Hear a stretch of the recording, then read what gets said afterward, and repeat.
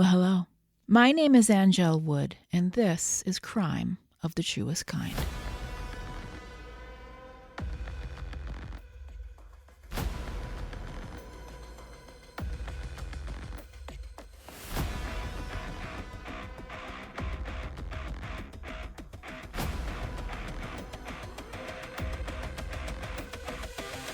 Crime of the Truest Kind is about New England crime stories and history. The things that happen here. Crime is history, and sometimes history is crime. I don't like to fill the front end of the show up with a bunch of things, but I am going to drop this. The True Crime and Paranormal Podcast Festival, July in Denver. Many of the hosts that you know and love in attendance. And those of us who were going to be there were given promo codes to share with anyone who would like to use them. 15% off tickets. It's not a high-ticket item show to start with. You can use promo code ANGEL15, ANNGELLE15. I know. Julie Murray's podcast about her missing sister Maura Murray, called Media Pressure, is out now. First 2 episodes dropped. And for any of you who have followed Maura's case to any degree, this is going to be a great way to actually get to know Maura a little bit and her family and everything that they have been through these last 20 years. The anniversary of Maura's disappearance is Friday, the 20th anniversary. There is a vigil scheduled in New Hampshire on that day, near where Maura was last seen. It is at the Mountain Lakes Lodge in Woodsville, New Hampshire. I am planning to attend. The Murray family will be there, many supporters. Everything I talk about on the show, I put up in my show notes at crimeofthetruestkind.com. If you follow any of my stories on Instagram or any of my longer-winded videos on TikTok, you may have heard about what went into this week's show. New information came in from 2 separate sources in the 11th hour, so there was a bit of a rewrite. This is the prequel to the previous episode. I got sort of mind-blowing information about myself and someone involved in this case that I will share with you. Plus, I made contact with someone who has been researching this case for a book. And because some of the information had been clarified for me during that exchange, I needed to change information for accuracy and clarity. So maybe I'll call it a partial rewrite, but there were a bunch of new pages. This episode is about stalking, child abuse, child sexual abuse, mental illness, personality disorders, and violent crime against women and children. Listen with care. I will always give you the earmuff warning. This is episode 58. We go to Pepperell, Massachusetts, and learn about the Bowen family nightmare.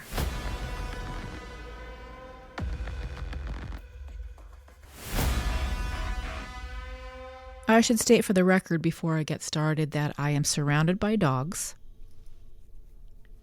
They all follow me down here. They don't care that I have recording and production work to do. They basically have to be up my nose.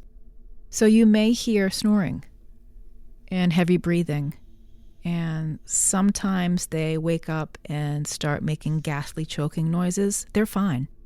Or they talk in their sleep. And for bulldogs, that's pretty cute. Pepperell, Massachusetts. Census.gov says 11,620 people living in the town of Pepperell since July 2022. It is located next to Townsend and borders Brookline, Hollis, and Nashua, New Hampshire. Massachusetts towns Groton and Dunstable also border Pepperell. The historic Pepperell Covered Bridge is one of the only 3 covered bridges on public roads in Massachusetts that is open to traffic and the closest to the greater Boston area. It's quite lovely. I found this gem on Zillow because I go on Zillow. This historic gem, known as the Harvey Tilson House, is a living testament to the rich tapestry of the region. Listed in the National Register of Historic Places, this residence dates back to the early 1700s. The property has a charming exterior building, originally used as a schoolhouse. This is the part that I found most interesting about the listing. The little red schoolhouse, and likely the first schoolhouse, and had a trapdoor leading to the cellar, where, as lore has it, was a resting place for slaves traveling the Underground Railroad. The nearby Congregational Church was one of the sponsors of the railroad, and the church provided shelter and food to travelers. That is simply amazing. That building is for sale in Pepperell. It's listed. I shared the link. I learn something new each time I write a new show. New England is the best. The Gustafson's family story is far less known than that of who is responsible. That's part of the problem. Over time, these became folk stories. The boy in the wall. Everybody loves a good boogeyman story, right? A creepy, low-budget fright. It is much more than that. What led to the events of that day, when Priscilla Gustafson was ambushed in her home, when her 2 children would also be killed, well, this is truly the story of nightmares. It's about one child turning into a monster. Or was he always going to be this way? It opens up the debate, nature versus nurture. The events of December 1987. That afternoon when Andrew Gustafson returned home to check on his wife after his calls went unanswered, he found her in their bed. Their 2 children were found in the home by police. I tell you this story in episode 57. Please go back and listen if you have not. When investigators came to that house on Saunders Road in Townsend, they immediately started to search for clues. First, they found footprints in the flower beds outside the house. That home on 3 Saunders Road sits on an 11.6-acre lot, a beauty of a spot. It's a place where lots of people seek out a quiet escape from the noise, the hustle of the city, privacy, unlocked doors. But peace of mind and safety is not guaranteed. This story has become folklore. It is urban legend. Details made up and repeated over and over through the years. There is not a very good account of this story, and I hope to be able to connect some of those dots. I can't tell you how many podcasts and blogs and articles cite a great many inaccuracies. Will we get everything right? No, I don't think we will. But we can try to do the stories justice because of what the victims experienced. I hope so. The scene was grim. Many investigators would say the worst of their careers. State police troopers covered the neighborhood, and National Guard officers, guardsmen, a gender-neutral term I learned, they linked arms and walked through the woods, looking for evidence in the Gustafson murders. And they called in the dogs, Mike and Spike. Oddly specific, I know. I found the dogs' names in my research. Why would I not use them? Mike got a whiff of a pillowcase that had 2 bullet casings in it that was found outside the house. He got to move on, officers jogging behind him to keep up, until they came to a creek and stopped. Enter the second dog, Spike, who found the blue shirt, a pair of gloves, and a nameplate taken from the front of the Gustafson home. And then Spike brought them to the front door. Good boy, Spike. It was the home of Daniel LaPlante. Most reports say Elm Street in Townsend, but if you look at the maps, which I kind of study these days, 22 Elm Street in Townsend is a distance from Saunders Road. 22 West Elm Street, West Townsend, emphasis on the west, is a straight shot through the woods, 0.3 miles, about 600 yards. And I am terrible at math, so I looked all those conversions up. Spike led police to the house directly behind the Gustafson home. Daniel LaPlante was a 17-year-old who was known by the residents of Townsend and by law enforcement. All of the stories I've read related to the LaPlante case. This one might be the most confusing. When the story of the Bowen family of Pepperell was reported, It was delicate in that 3 girls involved in the case were all minors, 16 and under. Somewhere along the way, even the families' names were changed. This is likely due to the fact that they were minors at the time. But how the names were chosen and entered into the stratosphere, that remains unclear. And there are many victims in this story. There was a case to be made that the perpetrator himself is a victim. That does not negate his crimes, however. Lieutenant Tom Lane of the Pepperell Police Department, now retired, has extensive knowledge of the investigation and wrote about it in his blog called Celtic Sentinel. In the article he calls the Elm Street Nightmare, because of the multiple occurrences of an Elm Street in this case. It was a phrase that became famous in pop culture in the 1980s for the movie franchise, Nightmare on Elm Street. The first movie came out in 1984. It was Johnny Depp's first movie role, and spoiler, he gets it from Freddy Krueger. I had no idea they made 9 Nightmare on Elm Streets. Daniel LaPlante was the nightmare on West Elm Street. Let me take you back to the fall of 1986, 1 year before the Gustafson murder. We will learn about what may have precipitated these crimes. Consider it the prequel. I found her death notice in the Boston Globe archives. Ruth Bowen passed away on August 8, 1984, survived by her husband Francis, daughters Darlene, Tina, and Karen. Darlene was older than the other girls when Ruth passed. Tina would be 12. I found info that indicated she was born in May of 1972. Karen, 6, born in May of 1978. They were very young when they lost their mom. And Dad Frank would raise the girls on his own. First, the massive loss and associated trauma. Then the difficulty of being away from the home, because he had to support the family. What has been written about the Bowens is convoluted. And a lot of what the internet has used as documentation of these events is strange. And, well, incorrect. I have heard some podcasts, at least one reputable one, that has incorrect information. I am going to do my best to sort it. They are the Bowens, Frank, Tina, and Karen Bowen. Not Brian Andrews, not Annie, not Jessica. There is another sister, Kathy, adopted into the family and close in age with Tina. I don't know where the Andrews name came from, but in 60 seconds of Googling this case, the correct information is available in actual press reports. Not a great deal of coverage, I'm afraid. I did a lot of reading and digging to locate accurate information. It is an old case, and despite all the technology we have to research it, it is difficult to get information. I read a story posted by writer Joe Turner. Joe has written a book about the LaPlante case. It was due to be released in the fall of 2022. I couldn't find it anywhere, so I reached out to Joe Turner, and he filled me in on a number of things. The book is done, but delayed for reasons we will learn about later. Joe is a Brit, whose bylines have appeared in articles and some podcast scripts, though those weren't linked on his site. He states that his original article about Daniel LaPlante was often cited by, quote, a number of podcasters, journalists, and researchers to report on the Daniel LaPlante case. So I thought I would repost it here on his website to keep it alive.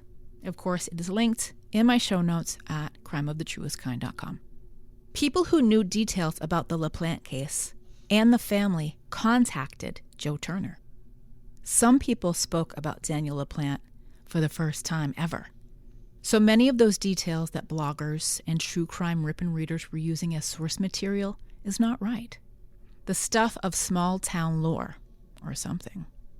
I will give credit, though. Joe Turner said it was wrong and wanted to make it right. We will have to wait for the book. And all those blogs and podcaster YouTubies, are you going to fix it? Joe Turner and I connected, and I got some new insight into the case, and we plan to speak for a new episode where we can go over the story and all of its developments. This means Townsend and Pepperell, Mass. Our challenge is scheduling, as he is in the UK. By 1986, Daniel LaPlante was a very troubled boy. At the age of 16, he had withstood years of mistreatment and abuse at the hands of adults he should have been able to trust. It has been widely reported that Daniel LaPlante was emotionally, physically, and sexually abused by his own father. Coupled with the fact he had mental health issues, he was diagnosed with dyslexia, and later attention deficit hyperactivity disorder, ADHD. The first time I heard that term was from a neighbor's mother who was changing all of her kids' diets to, I can't remember exactly. But one of the sons used to eat a stick of butter like a banana. I don't think she was doing it right. Born in 1970, some reports say May 15th. So for those of you in the crowd who are into the stars, he's a Taurus. And not the leading astrological sign of serial killers. That would be Pisces. 4 signs, Cancer, Pisces, Sagittarius, and Scorpio account for almost 40% of serial killers. Gemini, Taurus, combined, account for only 11%. Zodiac Signs, the website, has some pretty interesting data, like most prolific killers by sign, victims by killer per sign. I do not believe that you are predestined to be a victim based on your sign. According to their data, I say the word different every time, Samuel Little is the deadliest American serial killer on the list. His sign? Cancer. What? I'm a Cancer. And I'm a very good person. Before his death in prison in 2020, Little confessed to 93 murders between 1970 and 2005, though only 61 victims have been confirmed. Why do I bring up serial killers? Well, because I think Daniel LaPlante was one in the making. Quick sidebar. Confronting a Serial Killer is the documentary about Samuel Little, released in 2021 by author and journalist Gillian Lauren. A quick rock and roll fun fact, Gillian Lauren is married to one of the Weezer guys. It's where my worlds collide. While we don't know a lot about his childhood, we know it was horrible. Dysfunctional by the sounds of it. Neighbors would often talk about the house the family lived in. How it was a junkyard with old beat-up cars and other remnants. People remember that stuff. A couple who ran a greenhouse in the neighborhood had given a 6-year-old Daniel LaPlante a job to pick stones from the fields where they were growing pumpkins and squash. Those neighbors knew something was wrong when that little boy went and smashed all the pumpkins and smashed all of the squashes. That was the original band name. It was the start of a reputation in town that Daniel LaPlante did nothing to shake off. Elaine Aho, who lived near the LaPlantes, told the Boston Globe he was a troublemaker from day one. He went to elementary school in Townsend, and from September 1985 through June 1986, he was at St. Bernard's High School in Fitchburg. Now, I had a few friends from Leominster and Westminster who went there. They called it St. Bernard's. I started to wonder if they knew anything about him. Although Daniel LaPlante is older. So, okay, I have to stop here. I reached out to one of those friends. He told me a few things that seemed very weird and a bit freaky. This was our exchange. Hey, know anything about that Daniel LaPlante kid from Townsend? I'm researching the case, and I read he went to St. Bernard's for a year, but he was older than us. My friend responds, I was at Leominster, but Steve, last name redacted, was at St. Bernard's, and we used to see Daniel a lot back when he would hang out. You probably met him, honestly, when you came down this way. He was quiet, but into weird shit. That was mind-blowing. My response, oh Jesus, did he hang out and socialize? What did the kids say about him? Dan was quiet. He used to be into these books on how to commit crimes and get away with it. I have to remember what the book was, damn. Mostly everyone that knew him didn't think badly of him. He was just more to himself than anything. Then we talked about one of our friends who used to wear a wig to school so he wouldn't have to cut his long hair. And then he said, the Vigilante Handbook, that's what it was called. A bunch of us had one. I know he was into Nazi stuff and guns. I looked that book up, of course. Written by author Victor Santoro, published in 1981. This is a practical book on what vigilantism is today and the emphasis on the nuts and bolts of vigilantism. This is bound to be a controversial book because it dares to bring up the notion that self-defense is a legitimate aim and that vigilantism is a desirable thing when the law can do nothing to protect the rights and lives of innocent citizens. That's some real Bernie get shit. So first of all, I didn't think it was possible for me to ever be in the same room with Daniel LaPlante. I don't know if the timeline even matches up. He was older than us. But I did go to Leominster and visit some of these friends. And I did spend time at people's houses for kid parties. There were kids our age and younger and older. And there were people we considered like adults.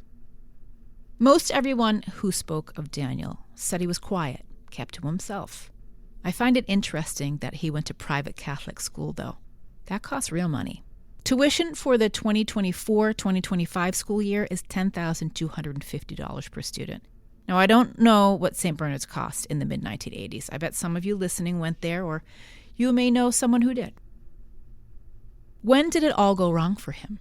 It's a cause and effect. Did he start out okay and was affected by abuse that never let up? Or was it inevitable that he would commit crime? And what role did Daniel LaPlante's mother, Elaine Moore, play? Daniel lived in Townsend with her, a stepfather, David Moore, and siblings. It's not clear to me what the mother's role was in his teen years, but some reports suggest she adored him and could not or would not believe he was capable of such horrible crimes. She was unable to realize what cancer of evil was metastasizing within her son. As he got older, nothing got easier. He couldn't hang with other kids. He didn't have friends. Here's the thing. I don't think he wanted to hang with other kids. He got into pornography. It is believed that Daniel LaPlante was obsessed, addicted to it. Porn mags were found in different areas of his house. That had an effect on him, as porn had on other serial killers before him. He had been charged with raping a 14-year-old girl before the murders and before he contacted the Bowen girls. And other kids who knew him spoke of his inappropriateness with girls and how he'd touch and grope them. He didn't know how to handle himself. LaPlante was developing an antisocial personality disorder. He was sent to Bridgewater State for mental evaluation upon his arrest for the murders. Mental health professionals who have been part of the LaPlante case as he attempts to get parole, they have said it, an antisocial personality disorder. He is without empathy. The Mayo Clinic defines antisocial personality disorder, sometimes called sociopathy, as a mental health condition in which a person consistently shows no regard for right or wrong and ignores the rights and feelings of others. People with antisocial personality disorder tend to purposely make others angry or upset and manipulate or treat others harshly or with cruel indifference. They lack remorse or do not regret their behavior. People with antisocial personality disorder often violate the law. They may lie, behave violently or impulsively, and have problems with drugs and alcohol. They have difficulty consistently meeting responsibilities related to family, work, or school. Adults with antisocial personality disorder usually show symptoms of conduct disorder before the age of 15. Symptoms of conduct disorder include serious, ongoing behavior problems, like aggression toward people and animals, destruction of property, lying, and theft. We do know that Daniel LaPlante had a conduct disorder as a child. He had all the risk factors and a diagnosis of child conduct disorder. He experienced abuse and neglect during childhood. He had an unstable or violent family life during childhood. Other factors that contribute: brain damage, heredity, child abuse, and trauma. Daniel LaPlante was a roadmap of all of these things. He struggled academically. My best guess is that he did not get support at home. Not for the horrible things that were being done to him, and definitely not with his algebra homework. Some school officials referred him to a psychiatrist to help him with his abnormal behavior and lack of interest in hygiene. And behaviors like that can often be the one thing the person has control over in their out-of-control lives. Well, that doctor crossed a dangerous line and began abusing Daniel LaPlante. Every time Daniel LaPlante would go for a therapy session, he would be molested instead. This is confusing and traumatizing for any child. And this is the same doctor who would give him an ADHD diagnosis. You have a young boy that gets no family support or any protection. It has been widely reported that Daniel LaPlante was psychologically, physically, and sexually abused by his own father. He goes to a doctor to get help, and what happens to him? He's victimized again. See how this might affect an already misshapen psyche? Please don't misunderstand me. I am not saying he is not responsible for his actions. He is, and he is where he belongs. What I am saying is there were a great deal of contributing factors to the monster he became. He went to a doctor for help, but all that doctor did was cause more damage. He was an already badly broken boy. I have compassion for that little boy, the one abused without end. He went through childhood completely unprotected. What came later is something very different. There are lessons to be learned. A cautionary tale. Daniel LaPlante could be a case study on perhaps early intervention versus a child becoming a monster. I'll be right back. Crime of the Truest Kind is hosting 2 live events this winter, in February and in March. Only 2. Thursday, February 15th at Faces Brewing in Malden, Massachusetts. Unsolved New England crime cases with my guest, Emily Sweeney, journalist and author, and writer for the Boston Globe's Cold Case Files. Join us as we discuss these cases live and in person. Tickets are available. Go to facesbrewing.com and crimeofthetruestkind.com. Show number 2 happening Thursday, March 7th at Off Cabot, Beverly, Massachusetts. New England Crime Stories Live. We're having a live discussion about missing persons cases and advocacy in the true crime space. Get tickets and join us. offcabot.org and crimeofthetruestkind.com. By 15, he was the neighborhood thief, breaking into homes around Townsend. But it didn't stop there. He started a twisted game of messing with the people whose homes he had intruded on, rearranging things, leaving things around, making it so residents questioned themselves. He liked it so much, he was breaking in to fuck with the people. He was tapped, as we used to say, and things only got worse. In 1986, a 16-year-old, maybe even 15, as I have an interesting timeline, LaPlante got the phone number of a local family. A logical theory is that he broke into the house, saw who lived there, through photographs, belongings perhaps, and decided he was going to find a way to get to them. The number belonged to the Bowens, a father and 3 young girls. They lived in Pepperell, the next town over from Townsend, and part of the regional school district, North Middlesex Regional High School, where kids from Pepperell, Townsend, and neighboring Ashby went. Their house was at 93 Lawrence Street, a pretty substantial distance on foot, 7.8 miles, a 13-minute drive, but an almost 3-hour walk from 22 West Elm Street in Townsend. LaPlante began to call the house, initially making up a story about how their friend from school gave him their number. Conversations began. Now, the timeline would suggest that the calls began in the winter. Why do I say that? Because of the Lowell Sun story. It's where Frank Bowen talked about Easter 1986, and we'll get to that. Tina would have turned 14 in May of 1986. So was Tina 13 when he started calling? And Karen, even younger. She would turn 8 in May of 1986. And there was another girl in the house, Kathy, a year older than Tina. Joe Turner confirmed that Kathy was also in the house as an adopted daughter, but is not often mentioned in most of the reporting. I plan to break all of this down with Joe Turner and dig into his research. In those calls, he pulled a catfish, the 80s version, selling himself to Tina that he was everything he may have wanted to be. Good-looking, normal, good at things. Why would he not? He was also a sociopath. They got acquainted with each other, and in time, they made a plan to meet. When he arrived, Tina did not see the dreamboat she was hoping for. He was a dirty-looking, scraggly boy. No teen beat, if you know what I'm saying.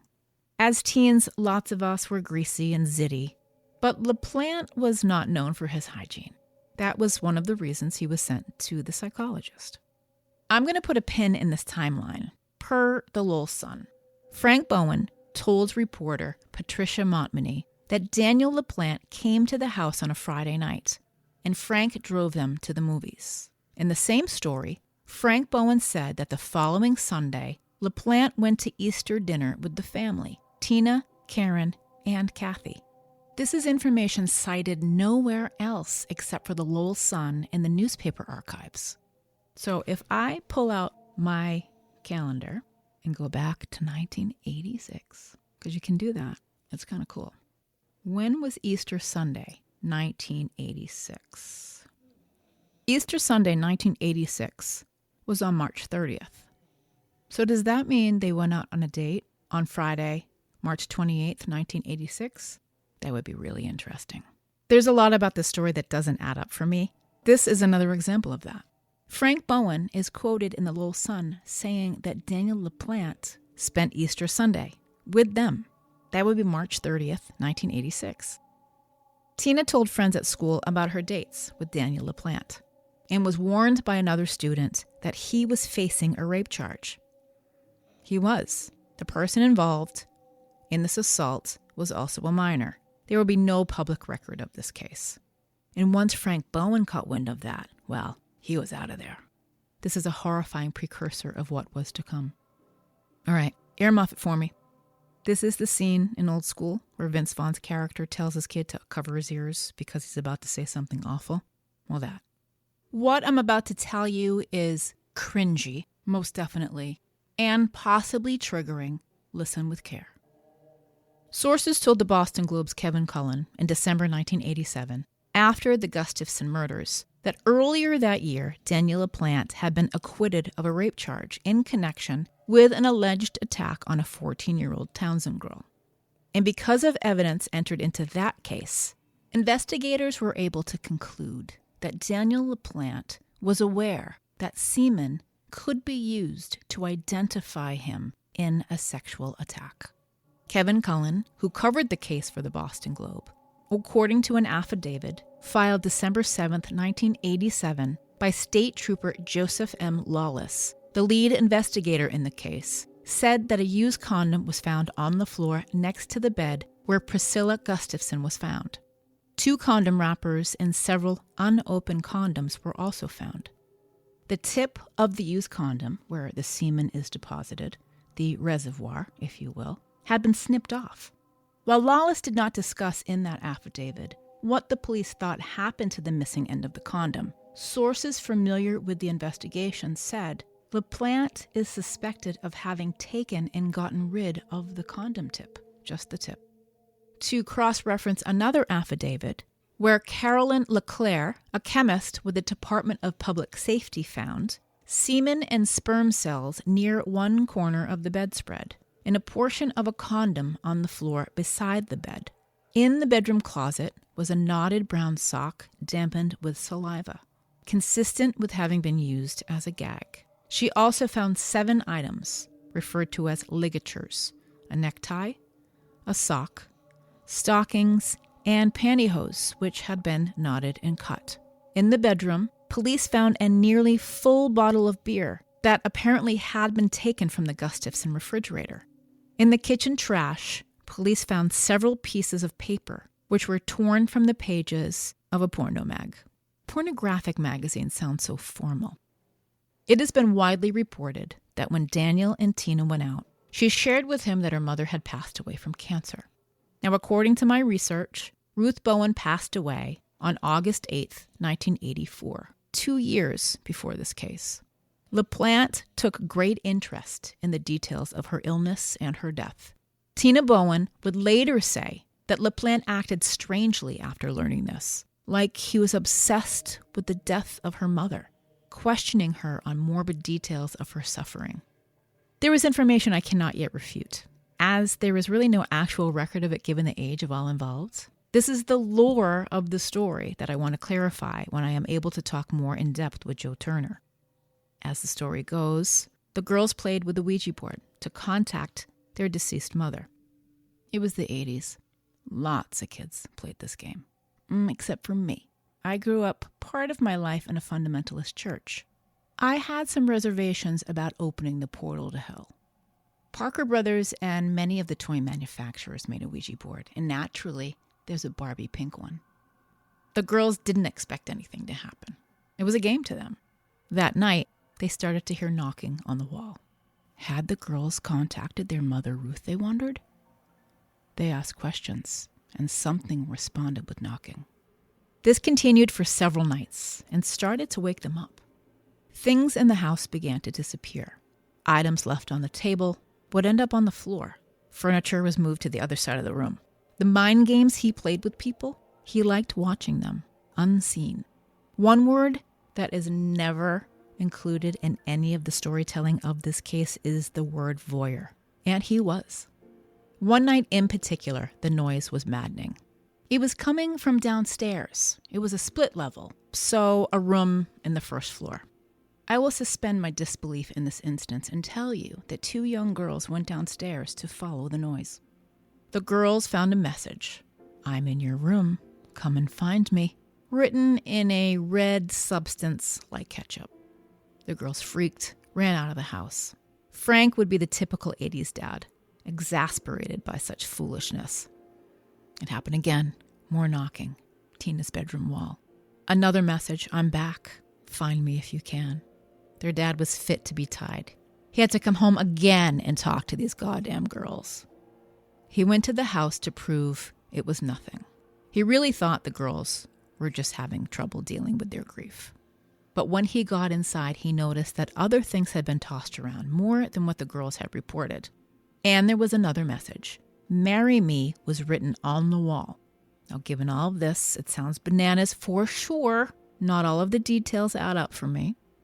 According to retired Lieutenant Thomas Lane of Pepperell PD, in whose account I believe is accurate given his direct involvement, Frank Bowen didn't believe his daughters. Their stories seemed too outrageous. Strange noises in the house, items mysteriously moved, milk consumed by an unseen presence, TV channels would be changed.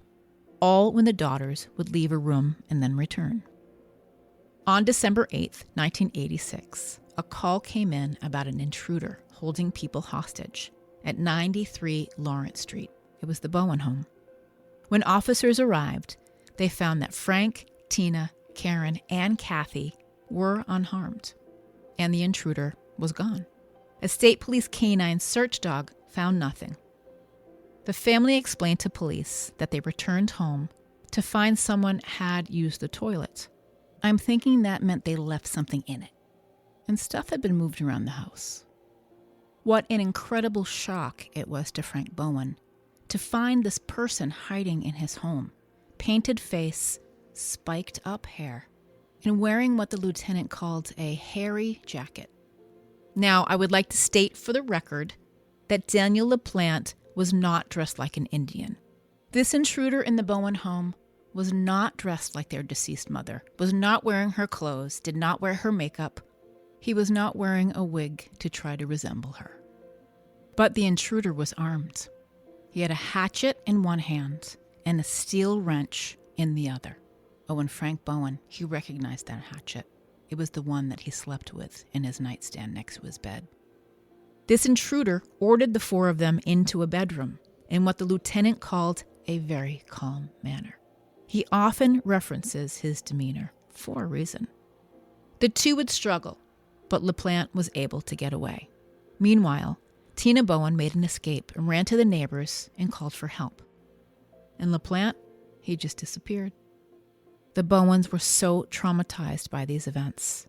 They did not recognize this intruder to be Daniel LaPlante. They all knew and had spent time with him. The descriptions they gave the police described him as approximately 6 feet tall, between 17 and 26 years old. Daniel was a greasy 16-year-old who stood 5 feet inches tall.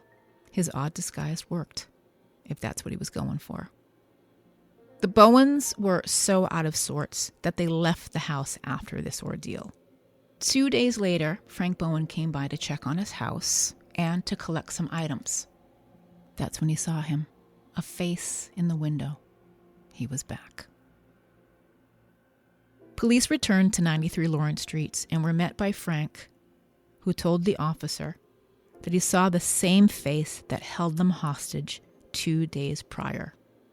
Officer Steve Bezanson of the Pepperell Police Department entered the house, unsure of what he was walking into. When he went inside, he found that there was a knife through a family photograph and sticking out of the wall. Written in magic marker, "I'm still here, come find me." And another wall, another picture, with a knife through it, saying, "I'm going to kill you all." That is terrifying. I believe he would kill them. Frank Bowen believed it too. The officer called for backup. Chief David Young and Sergeant Jim Scott arrived. All three searched the house again, but he was gone. Or was he? Bezanson knew he was inside, and it was him who figured out that there was a space inside the wall. He found LaPlante in a very small space in what looked like a pile of clothes. He pointed his gun at him. LaPlante showed no fear. This was something to witness for seasoned cops. A kid unafraid of a gun pointed to his head. He maintained a calm and cold demeanor. He was inside the wall of the house. Officers made a drawing of the very small area behind the toilet where LaPlante hid. Lieutenant Lane determined that a 5'8", 163-pound man, he could squeeze through an opening 8.5 inches wide. Daniel, 5'8" and 135 pounds at the time, could possibly have maneuvered through an opening as narrow as 7.5 inches. That is less than the width of your standard white printer paper. What is more terror-inducing than all of this is that he was there for months, watching. What an immense invasion of privacy. Information gathered from a number of sources, newspaper archives, and pulling through more recent news coverage, there are more inconsistencies to the story. Once Daniel LaPlante was found inside the wall space, he was taken into custody and sent to the Department of Children's Services Juvenile Detention Center, where he stayed for 10 months. On October 9th, 1987, now 17, his case was transferred from juvenile court to the Ayer, Massachusetts District Court, at which time his mother mortgaged the family home to get the $10,000 bail for his release. He was awaiting trial and was due back in court on December 11th, 1987. He didn't make it. Within a few days of his release from the juvenile facility, he was back at it. The evidence showed that he was actively breaking into homes in the neighborhood. On October 14th, 1987, between noon and 2:15 p.m., the home of Raymond Pindell at 38 West Elm Street was robbed. A trail connected his house to the house at 22 West Elm Street, the LaPlantes, and Moore's. 2 Ruger .22 caliber guns, their holsters, and a sizable amount of cash was taken from the Pindell home. Approximately 3 weeks later, stepfather David Moore found one of the stolen guns in a laundry basket. When questioned about the gun, he just said he got it a year earlier in Westminster. He told him he didn't have any other weapons in the house, and that was it. There was no more conversation, no teachable moments about gun safety. Did it ever occur to them that it was stolen? They have a 17-year-old boy out on bail facing jail time, and he's got an illegal gun in their house. No one in that house called to report it. We would learn through David Moore's testimony at Daniel LaPlante's murder trial that gun, the laundry basket gun, he took out of the home, and he brought it to the machine shop that he worked at in Groton and hid it in his toolbox.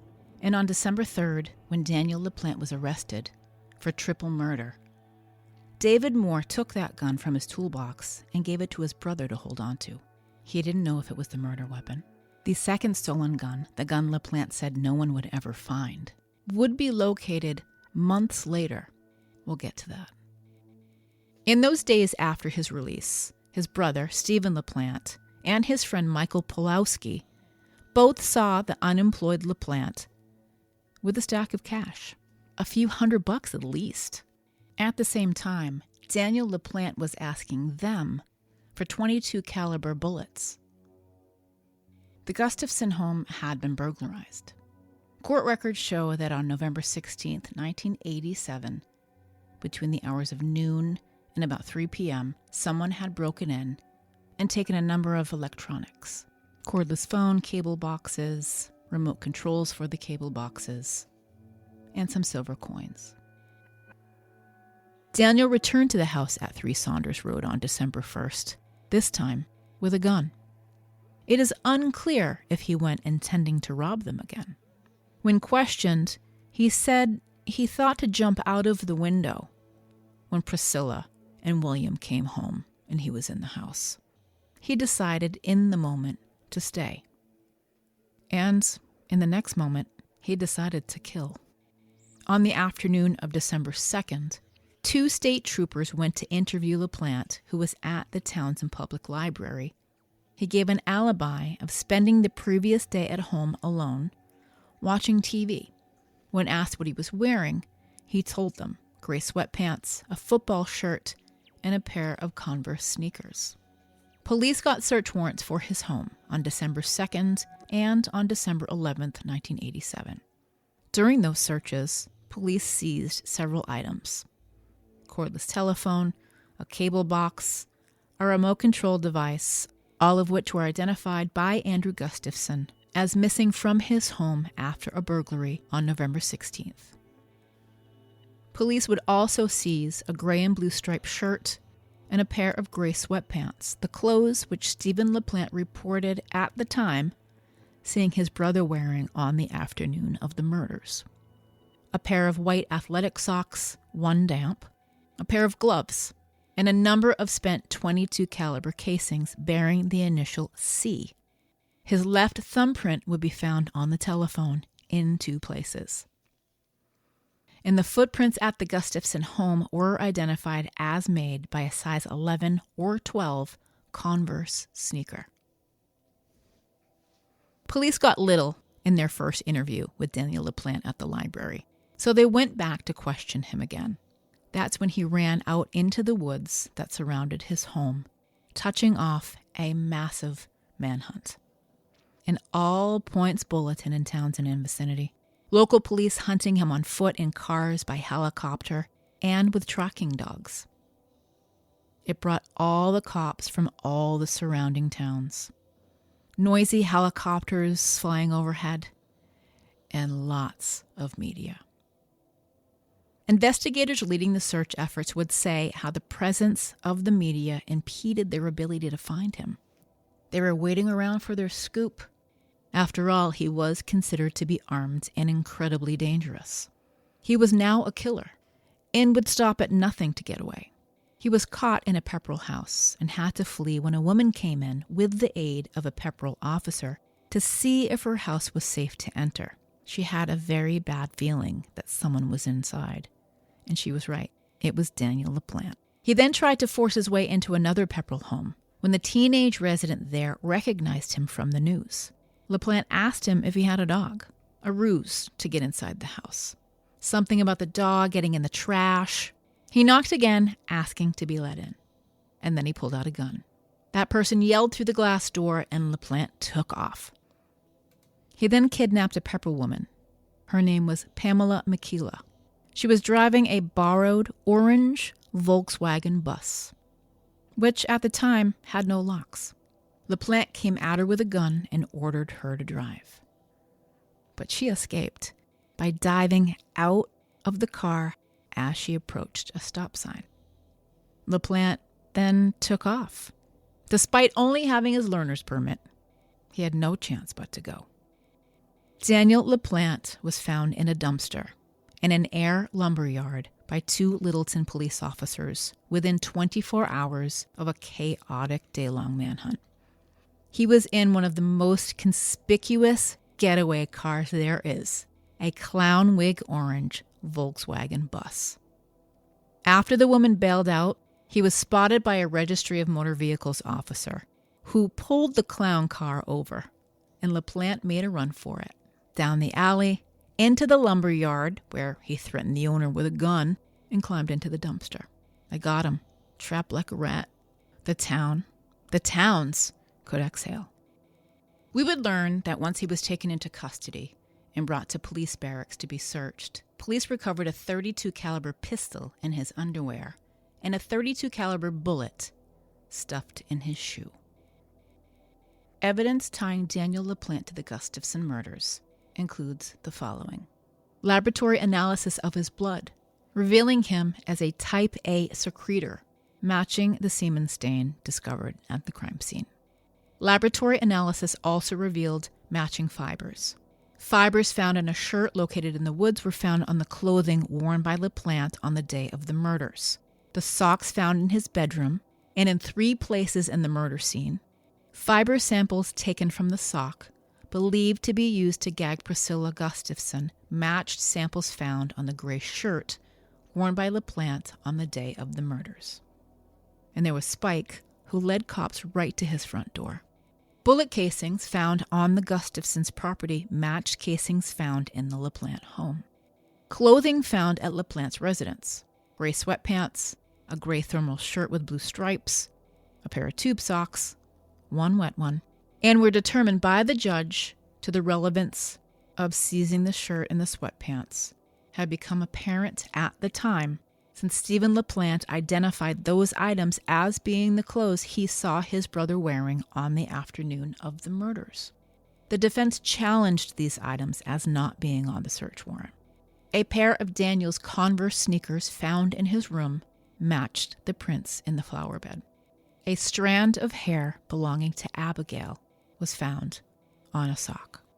Items that were taken from the Gustafsons were in LaPlante's possession, like a cordless phone, which had Daniel's thumbprint on it. Mike and Spike picking up the scent from the pillowcase, and then the shirt found in the woods behind their home.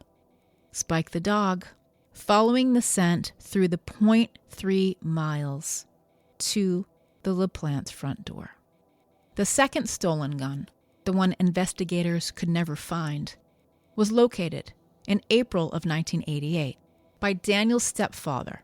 It was in the glove compartment of a junked Jeep Cherokee which sat in their yard. Ballistics analysis determined it was the gun that killed Priscilla Gustafson. Daniel LaPlante's trial began at the beginning of October 1988. It lasted 3 weeks.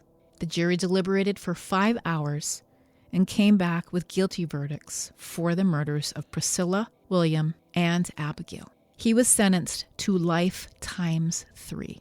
When the then Middlesex County District Attorney Tom Riley, who prosecuted the case, was asked about it, he described LaPlante as a constant escape risk who, given the chance, would absolutely kill again. Much of the coverage of this case back in 1987 and 1988 spoke of how residents thought Massachusetts should reinstate the death penalty because of Daniel LaPlante. And if that was to ever have happened, this would have been the case to do it. Daniel LaPlante hasn't had an easy time of it. Oh, he's mad. He has enjoyed playing the courts about his rights to practice his supposed Wiccan faith, get access to the law library, and more recently be given parole after serving 30 years. Citing a 2013 state Supreme Court decision that found juveniles cannot be locked up for life without the possibility of release because the juvenile brain isn't fully developed. Inmates affected by this ruling were granted parole hearings after serving 15 years. But Daniel LaPlante was sentenced to 3 consecutive life terms. LaPlante's sentence was altered to make him eligible for parole 45 years into his sentence. In 2017, a Superior Court judge turned down his request to shorten the time he was eligible for parole, ruling he committed 3 distinct and brutal murders. While LaPlante had made progress in prison, the judge said he continued to display an antisocial personality disorder and lack of empathy. With the judge ruling, Daniel LaPlante cannot petition for parole until he is 62 years old. That is in 2032. Something to remember. There are a number of families who are dealing with this very same thing. The family of Beth Brody is one of them. Beth Brody was 15 when she was beaten to death with a baseball bat by a 16-year-old boy that for some reason thought she was his girlfriend. He is in prison. Her family was told for life. Now they fear that one day he will get parole and get out of prison. What became of the Bowens? They sold that house. They were traumatized about what happened to them there. It was a modest split level on 3+ acres. The record of sales indicates it was sold in April 1988. That matches Bowen's timeline. It has changed hands a few times since. Frank Bowen passed away, I believe around 1998. But their story remains one of lore and urban legend. But the Bowen girls are in touch with Joe Turner, the writer. I am sure they contributed to the book, and I will talk to Joe all about it. Thank you for listening. My name is Angelle Wood. Crime of the Truest Kind online at crimeofthetruestkind.com and everywhere you find podcasts. Follow at Crime of the Truest Kind on socials. Leave a review. Drop me a message. Tell me what you like about the episode.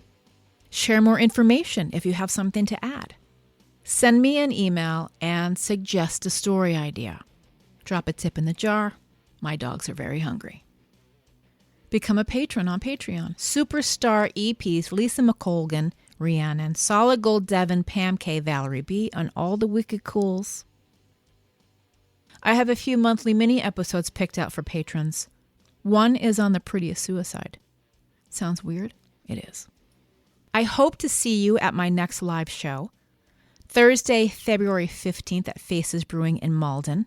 Emily Sweeney from the Boston Globe is my guest, and we will be doing a live discussion on cold cases. And she writes a weekly Cold Case Files newsletter that you should subscribe to. As you would know, it is linked at crimeofthetruestkind.com in the show notes. Is that everything? All right, I gotta go. Lock your goddamn doors.